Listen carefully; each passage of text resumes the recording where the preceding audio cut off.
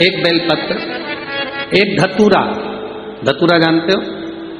अरे बोलो तो जम के, जानते हो ना? एक बेलपत्र, एक धतूरा, एक शमी पत्र। शमी पत्र कितना? एक बेलपत्र, एक धतूरा, एक शमी पत्र और एक सफेद पुष्प। केवल एक सफेद पुष्प। एक आखा चावल का दाना। आखा का मतलब जानते हो? मतलब पूरा सेगा चावल का दाना। एक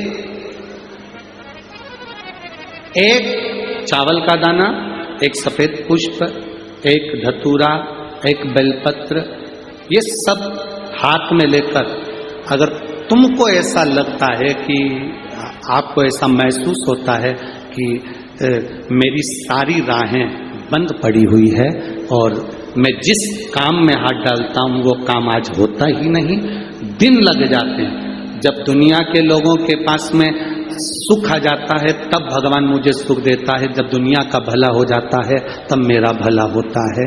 भगवान मेरी सुनता नहीं, सब राहें बंद है मेरी, कोई रास्ता सूझ ही नहीं रहा। अगर मैं फसल लेने की सोचता हूं तो फसल नहीं आती, काम करने की सोचता हूं तो काम नहीं होता। कुछ ना कुछ टेंशन मेरी जिंदगी में है। तो कभी मौका मिल जाए जिस दिन तुम्हारे हाथ में ये सभी चीजें हों, बेलपत्र, धतूरा, पुष्प, शमी पत्र, चावल का एक दाना, ये सब तुम्हारे हाथ में हो और शिवरात्रि का दिन हो, 12 महीने कोई सी भी शिवरात्रि का दिन हो, उसी शिवरात्रि के दिन जिस दिन आप दोपहर में मंदिर चले जाएं या शाम को जाएं या सुबह जाएं, कभी भी, पर शिवरात्रि के दिन अपने हृदय में ध्यान कर कर और त्रिपुरारी नाम का स्मरण कर कर। कौन सा नाम? त्रिपुरारी नाम का स्मरण कर कर भगवान शिव से अपने मन की बात कहकर, भोला सब दुख काटो, त्रिपुरारी नाम का स्मरण कर कर हाथ में लेकर भगवान शिव के शिवलिंग पर अगर हम समर्पित कर देते हैं तो ये निश्चितता है राहें अपने आप खुलना प्रारंभ हो जाती हो, कार्य में सफलता। त्रिपुरारी नाम सुख देने वाला। 3 पुरियों को भस्म करा। 3 पुरियों को भस्म करना मतलब हमारे सामने जो विघ्न आ रहा है, हमारे सामने जो कहीं ना कहीं तकलीफ आती है, उस विघ्न को समाप्त कर दे वो त्रिपुरारी।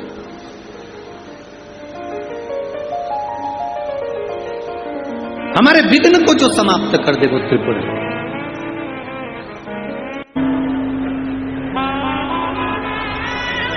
शिव की आराधना किसको कहते हैं?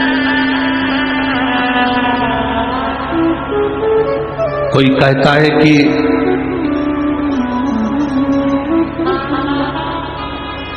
क्यों भटक रहे हो, क्यों जा रहे हो यहां वहां।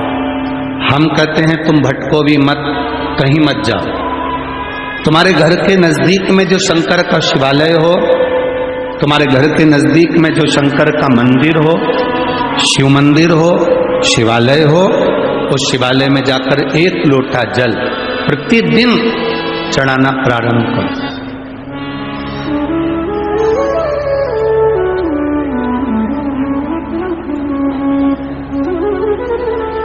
जो प्रतिदिन भगवान शंकर के मंदिर में 1 लोटा जल समर्पित करता है, उसका हाथ महादेव पकड़ लेता है, फिर ऐसे ही नहीं छोड़ता, उसको मंजिल तक पहुंचाकर छोड़ता है।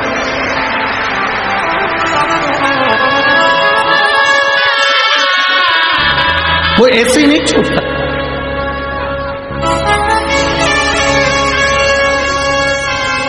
आपने अगर उस पर भरोसा करा है, हाँ, थोड़ा कष्ट हो सकता है, थोड़ी तकलीफें आ सकती है, थोड़ा दुख आ सकता है, जिंदगी में थोड़े थोड़े तकलीफें हर मनुष्य के जीवन में आती है। कोई संत, कोई साधु, कोई गुरु, कोई ब्राह्मण, कोई बहुत बहुत बड़ा महाराज भी अगर तुमको कह दे कि उसकी जिंदगी में दुख नहीं है, तो समझ लेना कि झूठ बोल रहा है।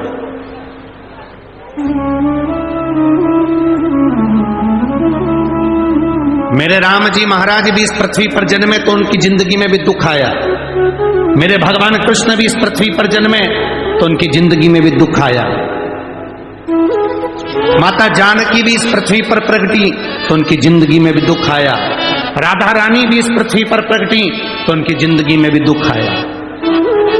संसार में अगर जन्म लिया है, मृत्यु लोक में अगर तुम पैदा हुए हो, पृथ्वी पर अगर तुम आए हो, तो तुम्हारी जिंदगी में दुख ये नहीं कि नहीं आएगा।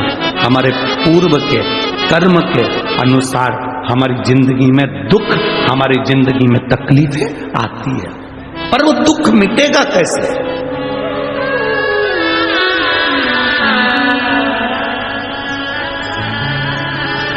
राम जी का दुख कैसे मिटा था?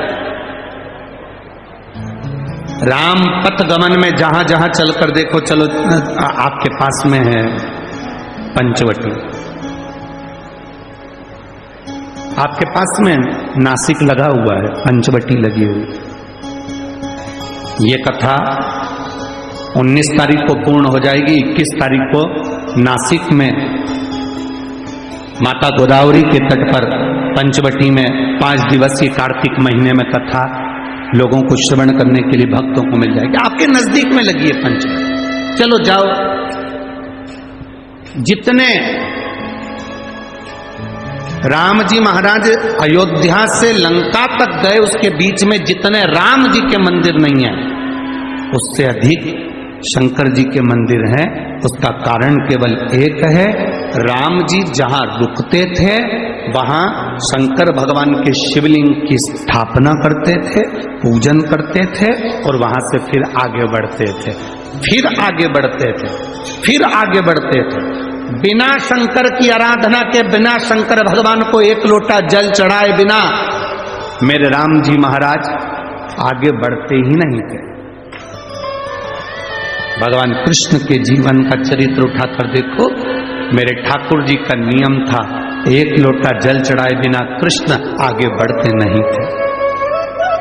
श्री दशरथ जी महाराज के जीवन चरित्र को उठाकर देखिए, सूर्य नारायण भगवान को जल और शंकर भगवान को जल चढ़ाए बिना दशरथ जी महाराज आगे बढ़ते नहीं थे। श्री जनक जी महाराज के चरित्र को उठाकर देखिए, एक लोटा जल चढ़ाए बिना जनक जी महाराज अपनी सभा में नहीं जाते थे।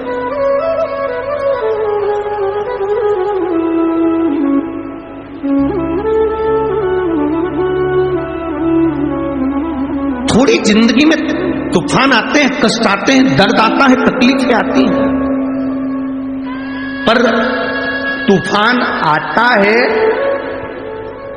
तो पता चलता है ना कि मजबूती कितनी है। अभी पता चला कि नहीं चला? अरे बोलो तो जम के, पता चला ना कि मजबूती कितनी है। ये हवा चलती है, तूफान आता है, तब पता चलता है मजबूती कितनी है।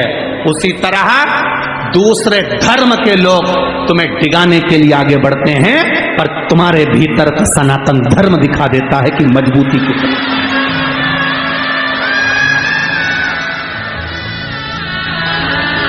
छत्रपति शिवाजी महाराज, जिनकी माता ने कहा कि बेटा सामने किला है और वो किला मुझे चाहिए, शिवाजी कहते हैं माँ क्या बात करती हो, ये किला वहां कितना सैनिकों का बल भरा पड़ा हुआ है और मेरे पास में कुछ भी नहीं है, मेरे पास कुछ नहीं।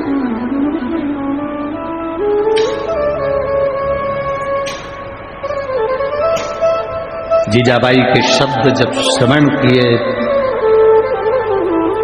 छत्रपति शिवाजी महाराज को छत्रपति का संबोधन स्वयं उनकी माता ने दिया है, स्वयं उनकी माता।